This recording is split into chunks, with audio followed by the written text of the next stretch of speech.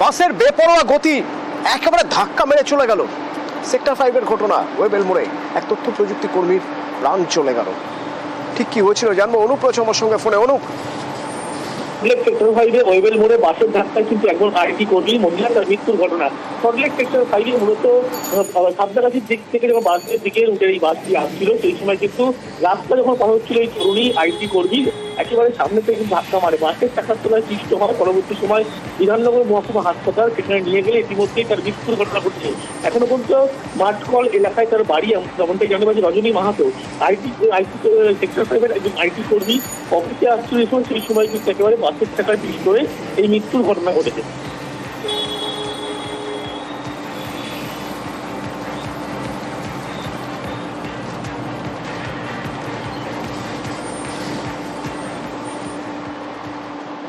দলগাঁও রেঞ্জে বন দপ্তরের জমি দখল করে দিব্যি চাষ চলছে। জমি বন দপ্তরের, কেউ যেন কিচ্ছু দেখার নেই, চুপচাপ সেই জমিতে চাষ চলছে।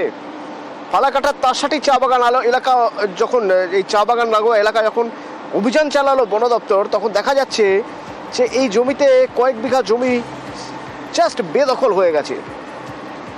তো আবার যদি নতুন করে দখল হয়ে যায়, কি করবে তারা? রাজকুমার রয়েছে আমার সঙ্গে। রাজকুমার, বারবার এইভাবে টহল দিয়ে নজরদারি করা তো সম্ভব নয়, তাহলে উপায় কি? করা হয়ে গেছে এবং শুধু চিহ্নিতকরণ করাই নয়, আজকে বন দপ্তরের পক্ষ থেকে জলপাইগুড়ি বনবিভাগের দলগাঁও যে বিচ, সেই বিচের পক্ষ থেকে অলরেডি এই জমি দখলমুক্ত করা হয়েছে। ফলে এই জমিতে এখন মার্ক করে বন দপ্তর গাছ লাগাবে এবং অন্যান্য বনের যে কাজকর্ম সেটা করবে। ফলে এই জমি আর দখল হওয়ার সম্ভাবনা সেরকম দেখা যাচ্ছে না। কিন্তু অন্যান্য এলাকায় আরো জমি এইরকম ফরেস্টের জমি দখল করে কেউ চাষাবাদ করছে কিনা সেই দিকে কিন্তু বন দপ্তর নজর রাখছে। সুন্দর। দলগাঁও বিটের পক্ষ থেকে লেরা এবং সুনি জেএফএমসির সহযোগিতায় আমাদের দলগাঁও বিট এরিয়াতে তাসাটি বাগানের পাশে একটা অনৈতিক এনক্রোচমেন্ট তৈরি হয়েছিল। এই বাগানের লোকরা কিছু আমাদের ফরেস্টের জমি কিছু দখল করে ফেন্সিং দিয়ে কিছু ক্রপ ফিল্ড কাল্টিভেশন করছিল এবং আমরা আজকের দিনে সকল বিটের স্টাফ এবং হচ্ছে লেরা এবং সুনি জেএফএমসির সহযোগিতায় আমরা টোটাল এনক্রোচমেন্টটাকে রিমুভ করি। সরকারি জমি, সেখানে পুরসভা স্বাস্থ্যকেন্দ্র করতে যাবে, তাতেও বাধা। শেষমেশ থানা, পুলিশ, ঠিক কি হয়েছিল দুর্গাপুরে এই ঘটনা? অর্পণ রয়েছেন আমার সঙ্গে, সরাসরি বলতে পারবেন। অর্পণ, 14 নম্বর ওয়ার্ড দুর্গাপুরের কি হয়েছিল? এই জমি কাদের জমি? এই জমির মালিকানা কার? এই জমির মালিকানা নিয়ে এখন দ্বন্দ্বটা কোথায়? দেখো, একেবারে এই জমির মালিকানা নিয়েই কিন্তু প্রশ্ন, কারণ এই জমির ওপর কিন্তু সরকারি জমি, যেটা জানা গেছে একটি স্বাস্থ্য কেন্দ্র তৈরি হওয়ার কথা ছিল, কিন্তু এই স্বাস্থ্য কেন্দ্র তৈরি করতে গিয়ে বাধার মুখে পড়তে হয়েছে বারে বারে। কারণ একাংশ, মানে দালাল চক্রের একাংশ, তারা কিন্তু এসে দাবিদার করছিলেন যে এই জমির মালিকানাধীন রয়েছে এবং যার কারণে পিছু হটতে হয় পুরসভাকে। পরবর্তী ক্ষেত্রে এই জমিটার রক্ষণাবেক্ষণের দায়িত্ব নেয় স্থানীয় একটি ক্লাব। এই ক্লাব, তারা যারা রয়েছেন ক্লাবের কর্মকর্তা, তারা বলছেন যে এটা সরকারি জমি এবং কোনো দালাল চক্রের হাতে এই জমি দেওয়া যাবে না, কারণ তারা বিক্রি করার চক্রান্ত করেছিল।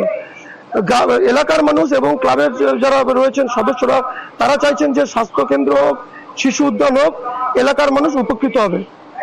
আর এতেই কিন্তু বাধা, কারণ একের পর এক দালাল চক্র তারা কিন্তু আসছেন, তারা নিজেদের দাবিদার জানাচ্ছেন এই জমি। পরবর্তী ক্ষেত্রে ভূমি রাজস্ব দপ্তরের কাছে যখন চিঠি করে জানতে চাওয়া হয় এই জমির মালিক কে রয়েছেন, তখন দেখা যায় যে এই জমির মালিকানাধীন একেবারে সম্পূর্ণ সরকার এবং তাদের কাছে নথি রয়েছে যে সরকারি জমি। আর এই সরকারি জমিতেই কিন্তু তৈরি হতে যাচ্ছিল স্বাস্থ্যকেন্দ্র, কারণ বাধার মুখে পড়তে হয়েছিল বারে বারেই। থানায় চিঠি করা হয়, থানাতেও অভিযোগ জানানো হয়, তারপরেই কিন্তু পুরসভার তরফ থেকে এখনো পর্যন্ত তারা এখনো সিদ্ধান্ত নিতে পারেননি যে কি করবেন, কারণ এই জমি বর্তমান মালিকানাধীন দেখা যাচ্ছে সরকারের, অর্থাৎ সরকারি জমির ওপরেই কিন্তু অভিযোগ জানিয়েছে পুরসভা। ধন্যবাদ অর্পণ। যে কিছু দালাল এসে পরে বলছে যে এটা আমাদের, আমরা কিনেছি। কিছু দালাল বলতে পাড়ারও আছে, বাইরেরও আছে, কোনো প্রমোটারও এসে বলছে যে আমরা জমিটা কিনেছি। তো সেই দালাল চক্রের বাধাতে স্বাস্থ্যকেন্দ্রটা হয়ে ওঠেনি। তা আমরা চাই এই জমিতে স্বাস্থ্যকেন্দ্র হোক। পাড়ারও কিছু দালাল এসেছিল, বললো যে এটা আমরা আমাদের জায়গা আছে, আমার বাবা এটা করে দিয়ে গেছে, এই করে দিয়ে গেছে, কিন্তু আমরা বললাম যে না, এটা কিছু হবে না, এটা শিশু উদ্যানই হবে। তো শিশু উদ্যানে নিয়ে আমরা লড়ছি। আরো এখন আমাদের যখন ওরা কাগজ দেখালো তখন সার্ভে হলো, দিয়ে দেখলেন যে এটা সরকারি জায়গায় আছে।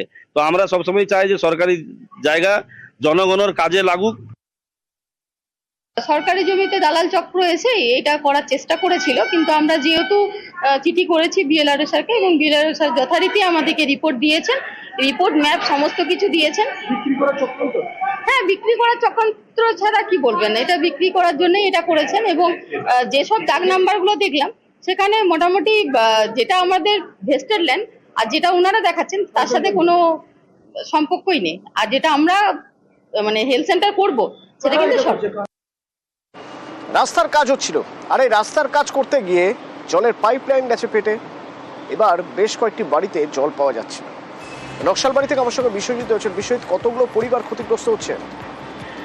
দেখো, 50টি পরিবার এলাকাবাসীরা তারা কিন্তু প্রায় 1 মাস ধরে জল পাচ্ছেন না। একটাই সমস্যা যে এলাকায় নতুন রাস্তার জন্য রাস্তার কাজ শুরু হয়েছে এবং তাতেই কিন্তু এই বিপত্তি, জলের পাইপ ফেটে গিয়েছে। 1 মাস ধরে অঝরে কিন্তু ধরছে এই পানীয় জল, আর পানীয় জলের সমস্যায় ভুগছে এলাকার 50টি পরিবার। এই নকশালবাড়ির কেটুকাপুর জোট, সেখানে কিন্তু তারা বিভিন্নভাবে জনস্বাস্থ্য কারিগরি দপ্তরকে জানিয়েছে, কিন্তু সমস্যার সমাধান হয়নি। তবে প্রধান তিনি আশ্বাস দিয়েছেন, তিনি জনস্বাস্থ্য কারিগরি দপ্তরকে জানিয়েছেন এবং এজেন্সির পক্ষ থেকে দ্রুত এই সারাই করা হবে। তবে 1 মাস লাগলো এই জলের পাইপ সারাই করতে, তাও কিন্তু ধন্দে রয়েছে এলাকাবাসীরা। কারণ যত দ্রুত সম্ভব পানীয় জলের সমস্যা যদি না মেটানো হয়, তাহলে কিন্তু এই তীব্র দাবদাহে জনকষ্টের সমস্যা কিন্তু আরো বাড়বে। পাইপটা ফাটলো, ওই যে ডোজার ছিল, ডোজার গাড়ি দিয়ে মাটি তুলে ওই পাইপটা ফাটিয়ে গেছে। এখন কতদিন ধরে জল আসছে না? 1 মাস হয়ে গেল। কতটা সমস্যা হচ্ছে? বহুত সমস্যা। আর জল তো পুরো নষ্ট হচ্ছে। পুরা জল নষ্ট হচ্ছে, জল একদম ভাসিয়ে চলে যাচ্ছে। জল আসবে বলে কল বসালো, ওই জলে নাই, জল তো রাস্তার মধ্যেই, সে পাইপটা লিক হয়ে গেছে। কেউ নজর দিচ্ছে না? কই নজর, টিপকল বসাই গেল, কোনো খবর নাই কারো, জল আসুক না আসুক কই। ওটা খালি দেখার একটা কি শো, কল দিছি মানে জল নাই তো, বেশিরভাগ ওরকম। কি চান তাহলে আপনারা? আমরা কি যাই, ভালো মতো জল আসুক, যাতে হয় কাজটা হয়, সুবিধা হয়। 1 মাস ধরে তো রাস্তার কাজ শুরুই হয়নি। যদিও পাইপ ফাটতে পারে, ঠিক আছে, হয়তো রাস্তার কাজের ক্ষেত্রে কোনো সময় পাইপ লিকেজ হয়ে গেছে। এই ধরনের কোনো কমপ্লেন তো গ্রামবাসীর তরফ থেকে কেউ আমাদেরকে কমপ্লেন করেনি। আমি রাস্তাটা 2 দিন পূর্বে দেখতে গিয়ে আমি নিজেই দেখি যে পাইপটা কবে থেকে বললো, কিছুদিন পূর্বে থেকে আমি নিজেই পিএইচই ডিপার্টমেন্টকে ফোন করেছি এবং পিএইচই ডিপার্টমেন্ট গতকাল এসে সেটা ইনকোয়ারি করে এজেন্সিকে অর্ডারও করেছে যে যত শীঘ্রই হোক সেটাকে ঠিক করে দিতে। হয়তো আজকালের মধ্যে সেটা ঠিক হয়ে যাবে। ভোট আসে ভোট যায়, কিন্তু আলিপুরদুয়ারে চোপড়া নদীর উপর সাঁকো তৈরি হয় না। কয়েক হাজার মানুষ তারা এতদিন ধরে দাবি করে আসছেন, কোথায় সাঁকো, কিন্তু সাঁকো হচ্ছে না কেন? আমার সঙ্গে রাজকুমার রয়েছে, সরাসরি বলতে পারবেন। রাজকুমার, দেখো অতনুদা, এটাই প্রশ্ন যে একটা হাজার হাজার মানুষের দাবিও কিন্তু খুব বেশি বড় নয়, একটা নদীর ওপর সামান্য বাঁশের সাঁকো, তবুও সেটা হচ্ছে না কেন, সেটাই এই প্রশ্নই কিন্তু বিভিন্ন গ্রামবাসীরাও তুলছে। যদিও গ্রাম পঞ্চায়েতের যে প্রধান, উনি জানিয়েছেন যে এই মুহূর্তে গ্রাম পঞ্চায়েতের হাতে কোনো টাকা নেই। বিষয়টি ঊর্ধ্বতন কর্তৃপক্ষ জেলা পরিষদকে জানানো হয়েছে এবং জেলা পরিষদের পক্ষ থেকে ব্যবস্থা নিলেই এখানে বাঁশের সাঁকো তৈরি হবে। কিন্তু সামনেই বর্ষা, উদ্বেগ বাড়ছে গ্রামবাসীদের। অতনুদা, অনেক বছর থেকে আমাদের খুব কষ্ট হইতেছে যাওয়া আসা করার জন্যে। মোটামুটি 4-5 বছরের বেশি হয়ে গেছে, সাঁকোই দিচ্ছে না। এই কষ্ট করে জলের মধ্যে সাঁতার কাটি, কোনো সময় কাপড় ভিজে যায়, কোনো সময় 1 হাঁটু জল থাকে, কোনো সময় তো 1 মাথা জল থাকে। বর্ষাকালে বেশি সমস্যা হয়। এই যে বাইক টাইক আমাদের জমিন ওইদিকে আসে, যাইতে পারি না। আমরা চাচ্ছি কি এখানে ব্রিজটা হয়ে গেলে ভালো হইতো, আমাদের আলিপুরও যাওয়া, আয়ুষ হসপিটাল আছে সামনে, যাওয়া আসা করার জন্য সুবিধা হইতো। এটা তো আমরা জেলা পরিষদকে জানাইছি, তার মধ্যে উপর মহলেই এই ব্রিজটা করতে পারবে। এটা অনেক বড় ফান্ডের ব্যাপার থাকে, আর সেটা তো গ্রাম পঞ্চায়েত দ্বারা সম্ভব না। এটা আমরা চেষ্টা করছি যাতে উপর মহল থেকে, এটা আমরা আগামী দিন দাবি করছি সেটা যাতে পূরণ হয়।